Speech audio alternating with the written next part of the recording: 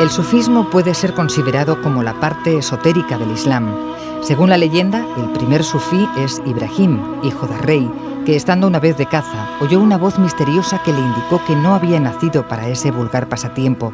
Desmontó entonces de su caballo, abandonó las pompas mundanas y entró en el camino del ascetismo y de la piedad. Este movimiento místico desembocó en la creación de tarika, o hermandades masculinas y femeninas, que se difundieron por todo el orbe musulmán. En las tarika se hacían prácticas de meditación y respiración, cuyo objetivo era el alejamiento del mundo para acercarse a la única y verdadera realidad de Dios. Es un concepto panteísta del universo, buscando la identidad sustancial de la divinidad con el alma individual.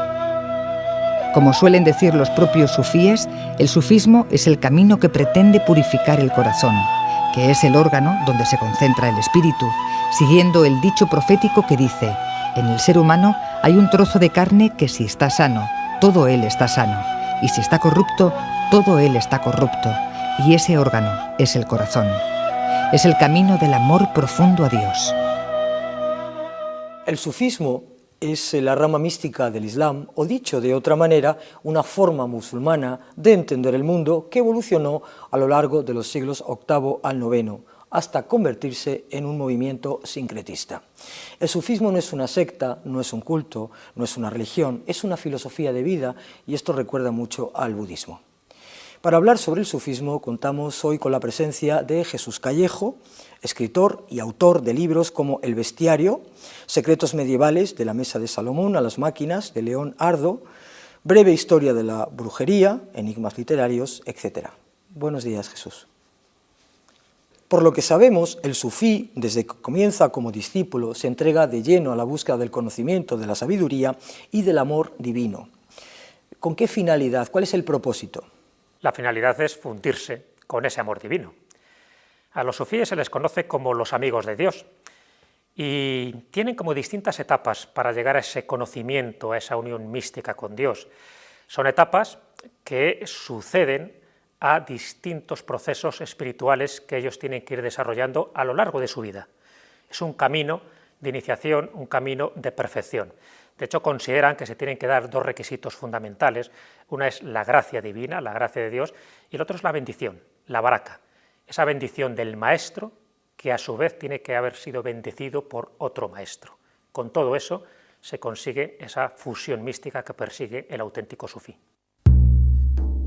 Uno de los maestros más importantes que ha tenido el sufismo es Jalal al-Din Rumi, muerto en 1273.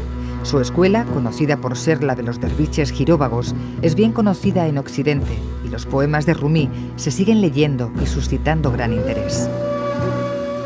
Un derviche es una persona que vive en una pobreza mendicante y ascética, indiferente a las posesiones materiales. Una persona reconocida por sus semejantes por poseer una gran sabiduría. Algunos de ellos viven en condiciones similares a las monásticas. Sus oraciones se manifiestan muchas veces en cantos, en bailes y en poesías. Uno de los grupos más conocidos y difundidos de derviches son los llamados mevlevi o derviches giradores. El movimiento sufí ha contado con grandes maestros a lo largo de su historia que han dejado una huella imborrable. Me refiero concretamente a maestros como el Ghazali, como o Ibarabi, Sadi de Shirab, Hakim Sanai o Jalaluddin Rumi.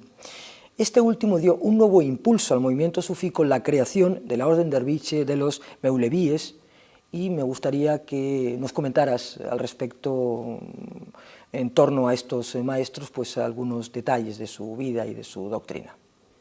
Todos los que has citado son grandes maestros sufíes, pero es verdad que hay un antes y un después con Rumi.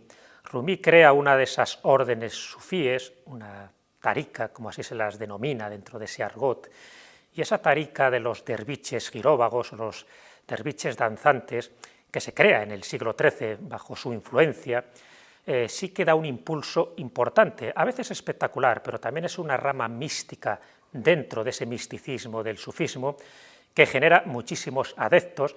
De hecho, él se establece en Konya, en la actual Turquía, y ahí es donde esa escuela todavía permanece viva, todavía permanece activa.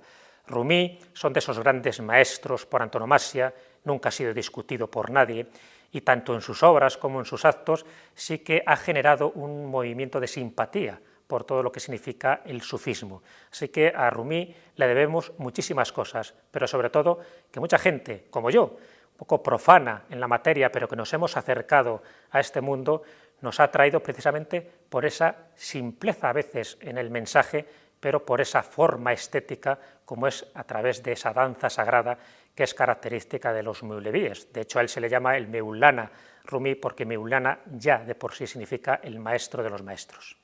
La danza de los derviches, Samá, ¿realmente es una comunión con el cosmos y con la divinidad? La sama o danza derviche, desde luego, es una danza prodigiosa, es una danza de conocimiento, es una danza catártica, porque en el fondo lo que se intenta es fundirte con ese cosmos. Todo es un simbolismo lo que hay alrededor de la sama o samá, como también se la denomina, porque el lugar donde se danza, esta danza alrededor de ese espacio sagrado, está representando el universo, y los danzantes están representando los planetas. Y hay una música apropiada, una música muy adecuada precisamente para que se consiga ese estado de trance, ese estado místico, ese estado alterado de conciencia. Y se tiene que dar con tal fluidez que todo está representando un símbolo precioso y preciso. Es decir, ese sombrero cónico que llevan los danzantes está representando ni más ni menos que la lápida, la túnica negra que llevan al principio está representando la tumba, luego ese hábito blanco está representando, bueno, pues es lo que sería la mortaja fúnebre de la persona que se tiene que ir desprendiendo poco a poco de lo material para llegar a lo divino. Se va abriendo poco a poco como una flor, porque de hecho empieza así el danzante, y se va abriendo donde su mano derecha mira hacia el cielo, su mano izquierda hacia la tierra, porque lo que está recogiendo del cosmos lo está dando también a la tierra, a la humanidad. En definitiva, la danza sagrada de los derviches giróvagos, esa danza que trasciende al ser humano, es una fusión con la divinidad donde tú nada posees y no eres poseído por nada. El sama es el adorno del alma que ayuda a ésta a descubrir el amor, a experimentar el escalofrío del encuentro, a despojarse de los velos y a sentirse en presencia de Dios. El sama establece un canal cósmico de unión entre el cielo y la tierra. Los participantes llevan sobre su ropa blanca una capa negra de luto y un sombrero cónico que simboliza la piedra circular. Los brazos extendidos con la palma de la mano derecha mirando hacia el cielo y la palma de la mano izquierda mirando a la tierra. Tengo entendido que tú hace algunos años participaste en una ceremonia sufí con danza sagrada incluida. Me gustaría conocer un poco, y seguramente también a nuestros telespectadores, cuál fue tu experiencia. Reconozco que he estado en una de estas experiencias sufíes, o sea que mi conocimiento no solo es teórico, sino en parte práctico. Fue en agosto del año 1985, donde yo participé junto con otras personas, pues bueno, se podría llamar en una experiencia del Camino del Corazón, como así se denominó, en Lizaso, en Navarra, en la comunidad del Arco Iris, donde por entonces estaba muy en boga el iniciarse a las personas a las que teníamos curiosidad por saber qué era esto de los sufíes, pues en determinadas prácticas. Muchas de ellas tenían que ver con las danzas giróvagas. Y efectivamente, yo fui uno de los que participé durante una semana. Reconozco que he estado más de media hora danzando sin marearme, porque ahí está la clave, hay una técnica, pero también hay una concentración mental para que no se produzcan los mareos, no se produzcan los vómitos, que es lo que le suele ocurrir a muchos incautos que quieren practicar la danza sagrada sin tener un poco los requisitos espirituales y místicos que deben preceder a esta experiencia. Así que sí que estuve allí, sí que me di cuenta que la danza sagrada lo que pretende es conseguir tres fines primordiales. Uno es el conocimiento de Dios, de la divinidad, otra es la consciencia de esa realidad y la otra es ese conocimiento profundo, porque en definitiva lo que hacen los sufíes, y en concreto la tarika de los derviches, es el conocimiento profundo de la divinidad a través de ese instrumento tan prodigioso como es la danza. Muchas de las enseñanzas sufíes se transmiten a través de pequeños cuentos y relatos. que tienen como protagonista, en algunas ocasiones, a un curioso personaje conocido como el Mulá Nasruddin. Hay un relato muy conocido, muy célebre del Mulá, que voy a pasar a relatar. En una ocasión, un vecino encontró al Mulá buscando en el suelo algo, y preguntó al Mulá Nasruddin que qué estaba buscando, y el Mulá contestó que una llave. Al cabo de un rato, ambos buscando intensamente la llave, preguntó de nuevo el vecino que dónde había perdido la llave, y el Mulá Nasruddin contestó que en casa. Y el vecino preguntó de nuevo, ¿y por qué la estás buscando aquí? Y el Mulá respondió, porque aquí hay más luz. Qué gran personaje el Mulá Nasruddin. Es el prototipo del antihéroe, es un loco maravilloso, pero muy sabio. Se puede decir que es el loco más sabio de todos, porque en algunos de los cuentos aparece representado como un maestro, otras veces como un discípulo, otras veces como un orate, pero siempre intentando transmitir un mensaje profundo, bueno, pues a través, muchas veces, de pequeños chistes, de pequeños cuentos, de pequeños relatos, como ese que acabas de decir. Hay otros que son prodigiosos, ¿no?, donde casi a modo de un koan oriental, esa especie como de gancho para que tú profundices en cosas que aparentemente no tienen mayor trascendencia y que sí lo tienen dentro del mundo sufí. Por ejemplo, una vez hay un cuentecito donde le preguntan al Mulá Nasruddin que si él cree en el fin del mundo, y él pregunta que sí, pero ¿en qué fin del mundo? ¿En el menor o en el mayor? Y dice, no, pero existen dos finales del mundo. Dice, sí. Dice, si se muriera mi mujer sería el menor, y si me muero yo es el mayor fin del mundo. Efectivamente, hay toda una enseñanza prodigiosa en esto, ¿no? Cada vez que alguien muere, para él es un fin del mundo. Bueno, pues esta es la gran aportación que hizo uno de los grandes divulgadores del sufismo en Occidente, que es Idris Shah, que es incluir a este personaje proverbial, Nasruddin, en muchos de sus cuentos, para que las enseñanzas sufíes nos fueran como mucho más dinámicas, mucho más amenas, y que no nos atragantáramos a veces con ese mensaje tan profundo y tan espiritual que tiene el sufismo. El persa Omar Khayyam fue un gran poeta que algunos no identifican con el sufismo, a pesar de que en sus rubaiyat fue uno de sus más importantes artífices. Es verdad que a Omar Khayyam casi siempre se le identifica con los rubaiyat, que son unas cuartetas, que son unos poemas místicos, preciosos, y que, bueno, es que en definitiva están alabando un poco la precariedad de este mundo y que todos estamos aquí de paso. Es un poco el leitmotiv que tienen los rubaiyat, ¿no? El disfrutar del momento, el recoger la flor de cada día, ese carpe diem que decían los romanos. Bueno, pues en el sufismo el mayor representante está en Omar Khayyam, que aportó muchísimo dentro de esa línea sufí literaria, pero es muy desconocido por otras aportaciones que hizo a la ciencia.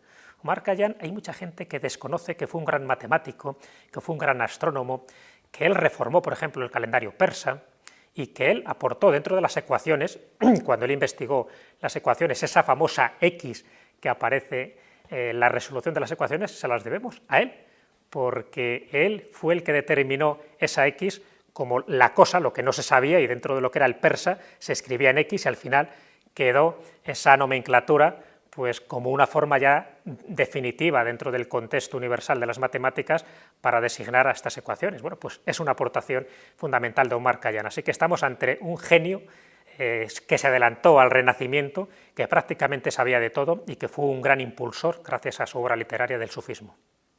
En España contamos con un representante del sufismo medieval en la persona del Arabí, llamado el murciano o el andaluz. ¿Cuáles han sido, digamos, sus contribuciones a la causa sufí? El Arabí es verdad que fue otra de esas personas con una cultura enciclopédica. Lo sabía todo, de hecho fue considerado tanto en Oriente como en Occidente, tanto en el mundo musulmán como en el mundo cristiano, como una persona muy relevante. Aportó muchísimo al sufismo, de hecho está considerado como uno de los grandes maestros del Al-Ándalus, de la época, y estamos hablando del siglo XII, y fue de esas personas que contribuyó tanto al misticismo sufí que se le atribuyen hasta prodigios ascéticos, como la bilocación. Es verdad que hay muchos relatos donde dice que se le veía en 2 o 3 sitios a la vez, también levitaba, también tuvo multitud de fenomenología mística a su alrededor, como por otra parte ocurría a santos cristianos. Es decir, tuvo una influencia tan radical que en algunos casos se le ha considerado como uno de los predecesores de una cierta rama mística del sufismo donde se admitía a mujeres, algo que le trajo malas consecuencias en su momento cuando él admitió que dos grandes maestros, en este caso maestras, fueron mujeres, una de ellas Fátima de Córdoba, que le aportó muchísimos de esos conocimientos. Así que por estas razones y por otras estamos hablando de uno de los personajes claves, no solo del sufismo español, en este caso de Al-Ándalus, sino del sufismo internacional. A modo de resumen, Jalal al-Din Rumi, maestro del sufismo, dejó dicho cómo debe considerarse a un auténtico sufí. Borracho sin beber vino, saciado sin haber comido, abstraído, mal alimentado, insomne, un rey vestido de harapos, un tesoro enterrado bajo escombros, no hecho de aire ni de tierra, un mar sin orillas, poseedor de 100 soles y estrellas y lunas, conocedor de la verdad universal que no se aprende en libros. Los sufís no discuten sobre Dios, no discuten sobre temas teológicos ni sobre libros de teología, sino y hablan de la borrachera divina. ¿En qué consiste la borrachera divina? Sí, la verdad que ese término parece que induce a equívoco, ¿no?, lo de la borrachera divina. Pero tú lo dijiste muy bien al principio, cuando hiciste la presentación, de que el sufismo no tiene dogmas, no tiene una serie de principios establecidos, es más bien una filosofía de vida. Así que esa borrachera divina, tal como lo expresó en su momento Rumi, ese gran maestro del sufismo, es esa borrachera en la que entras, en la que comulgas sin haber bebido vino, o cuando estás saciado sin haber comido, o cuando tienes todo el conocimiento, tienes toda la verdad universal sin haber leído ningún libro. Es decir, él propugnaba, Rumi, pues esta borrachera divina, que es la fusión de la persona que quiere ser un auténtico sufí con la divinidad. Y hay distintos métodos, hay mantras repetitivos a través de la palabra, del nombre sagrado de Dios, a través de la danza, a través de distintas prácticas ascéticas, pero siempre intentando conseguir esa ascesis, en concreto esa comunión con el todo, porque sabes que el sufismo hay una gran parte de panteísmo. Así que cuando alguien llega a ese nirvana, por utilizar un término budista, ha llegado a esa borrachera divina. Al final, el derviche, el sufí, es un todo con la divinidad. ¿Qué papel, y ya para terminar, qué papel crees que representa la mujer dentro del mundo sufí? Es interesante la pregunta porque es verdad que estamos hablando de una rama heterodoxa del Islam, que es el sufismo, y muchas personas, muchos telespectadores pueden pensar que el sufismo pues, participa un poco de esa línea ortodoxa del Islam, donde la mujer pues, bueno, está en un segundo plano. Sin embargo, el sufismo nunca la ha tenido en un segundo plano.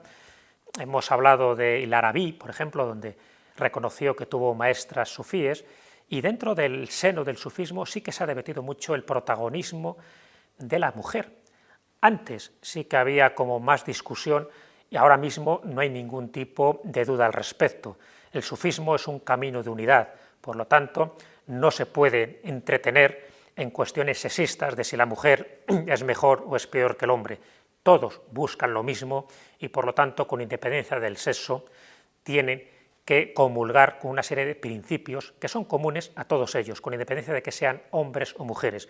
Por eso, dentro del Islam, dentro de esta rama mística y espiritual del Islam, la mujer siempre ha tenido y la tiene actualmente un protagonismo esencial y desde luego se podría decir, y me atrevo a decirlo, que el sufismo actual del siglo XXI no sería lo mismo y no tendría la misma influencia, la misma fuerza si no estuvieran las mujeres. Se nos ha agotado el tiempo, ha sido un placer contar contigo en este programa que hoy hemos dedicado al sufismo. El placer ha sido mío, de verdad, y qué gran ocasión, ¿no?, para intentar divulgar algo que tanto a ti como a mí y a muchísimos telespectadores nos gusta y nos encandila. Así que si ha podido aportar algún granito de arena, bienvenido sea. El sufismo no es ni una secta, ni un culto, ni una religión. Es una filosofía de vida, como el budismo. Es una vía de la expresión de la energía cósmica a través de la danza, de la respiración y del amor, hasta llegar a fundirse totalmente en cada acto y traspasar las barreras personales. Los sufíes destacan que el sufismo es una autodisciplina, no poseer nada y no ser poseído. Existen diferentes órdenes sufíes en las que se practican diversas técnicas de meditación, trabajo interior y danza, pero todas ellas tienen que cumplir con unos requisitos comunes.